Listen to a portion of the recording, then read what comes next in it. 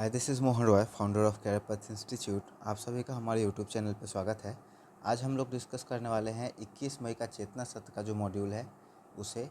तो मैंने अभी पीडीएफ खोला है, आप देख सकते हैं यहाँ पे डेट मेंशन है ये 21 मई का। तो सबसे पहले हम लोग देखेंगे 1 से 8 के लिए।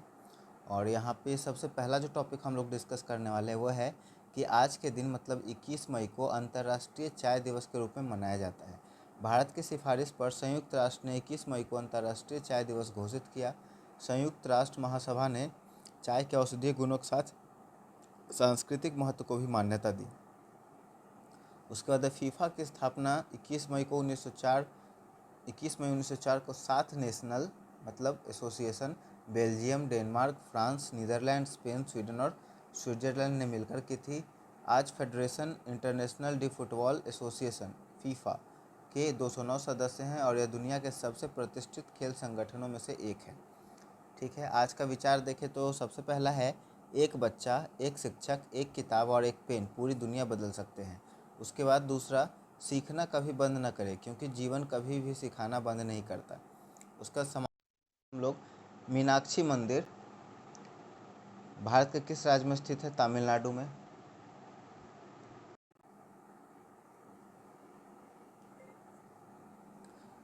सांची स्तूप भारत के किस राज्य में स्थित है? मध्य प्रदेश में। विश्व की सबसे ऊंची मानव निर्मित इमारत कौन सी है? बुर्ज खलीफा। ठीक है, ब्रह्मांड में तारों के विशाल समूह को क्या कहते हैं? आकाशगंगा। थर्मामीटर के अंदर चमकने वाला पदार्थ कौन सा होता है? मरकरी। नेक्स्ट हम लोग देखेंगे रीजनिंग के क्वेश्चन है। यहाँ पर देखिए 1 से 2 हुआ, 2 से 4 हुआ, 4 से 7 हुआ, 7 से 11 हुआ। तो 1 से 1 बढ़ा 2, 2 से 2 बढ़ा 4, 4 से 3 बढ़ा 7, 7 से 4 बढ़ा 11, 11 से 5 बढ़ेगा 16। ठीक है, तो जिस तरह से दीपक का संबंध अंधकार से है उसी तरह से शिक्षा का संबंध अज्ञानता से। ठीक है, बाकी जो ये 3 बचा हुआ है इसे आप खुद से कर लेंगे। ये कुछ वर्ड है जिसे आप देख लें। हम लोग सीधे बढ़ेंगे प्रेरक प्रसंग के ऊपर। ठीक है, प्रेरक प्रसंग में है महज 19 महीने की उम्र में एक गंभीर बीमारी के कारण हेलन केलर की देखने की और सुनने की शक्ति हमेशा के लिए चली गई थी। जब हेलन 7 साल की थी तो उनके माता पिता ने उनके लिए एक शिक्षिका को नियुक्त किया जिनका नाम एनी सुलिवन था। एनी खुद भी एक आंशिक रूप से दृष्टिहीन रह चुकी थी, इसलिए वे हेलन के दर्द और उसके भीतर की छटपटाहट को समझती थी।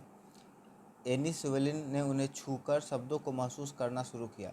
वे हेलन की हथेली पर और अपनी उंगलियों से अक्षर की आकृति बनाती थी, लेकिन हेलन को समझ नहीं आता था कि इन आकृतियों का मतलब क्या है। एक दिन एनी सुवेलिन हेलन को एक बगीचे में ले गई और एक हैंडपंप के पास ले गई। उन्होंने हेलन को एक हाथ बहते हुए ठंडी पानी के नीचे रखा और उनके दूसरे हाथ की हथेली को बार बार उंगलियों से लिखा, वाटर, पानी। अचानक हेलन के चेहरे पर चमक आ गई।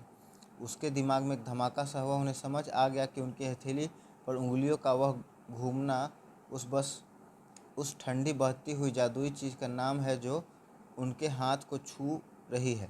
वह हेलन के जीवन का टर्निंग पॉइंट था। उसी दिन उन्होंने धरती को छुआ और एनी से उनका नाम पूछा। उन्होंने रात होने तक 30 नए शब्द सीख लिए। जो दुनिया उनके लिए एक डरावनी जेल जैसी थी वह अचानक शब्दों और ज्ञान के प्रकाश से जगमगा उठी।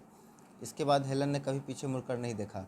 उन्होंने ब्रेल लिपि सीखी, बोलना सीखा और कॉलेज जाकर बौद्धिक कला बैचलर ऑफ आर्ट्स की डिग्री हासिल करने वाली पहली दृष्टिहीन और मूक बधिर महिला बनी। उन्होंने दर्जन भर किताबें लिखी और दुनिया भर में घूम घूम कर दिव्यांगों के अधिकार के लिए लड़ाई लड़ी। दुनिया की वो सबसे खूबसूरत चीज़ों को तो ना देख सकता है और ना ही छुआ जा सकता है, उन्हें केवल दिल से महसूस किया जा सकता है।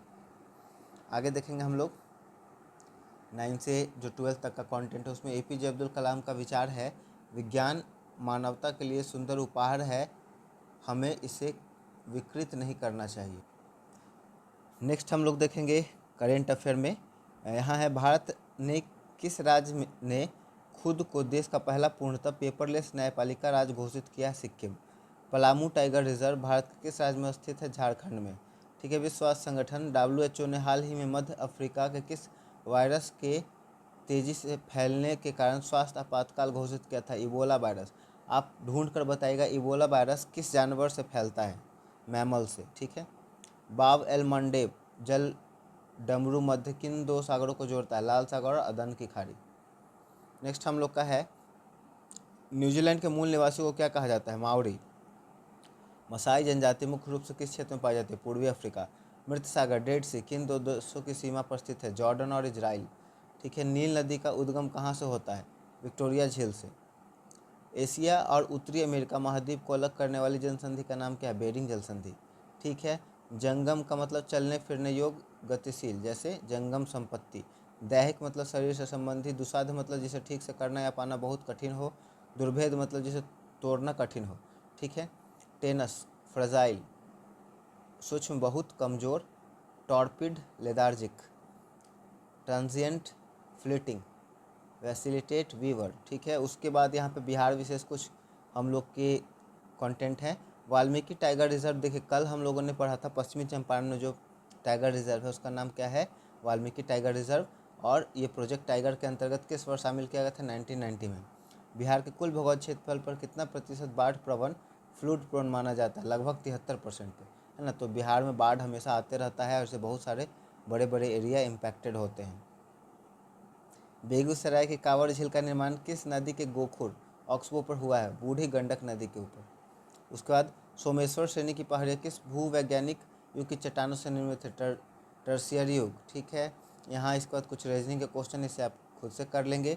मुझे उम्मीद है ये वीडियो आपको काफ़ी पसंद आया हो, वीडियो हेल्पफुल लगा हो तो वीडियो को लाइक कर दें, दोस्तों और परिवार के सदस्यों को इसमें ज़रूर शेयर कर दें, और यदि आप हमारे चैनल को सपोर्ट करना चाहते हैं तो चैनल को सब्सक्राइब कर दें। Thank you so much.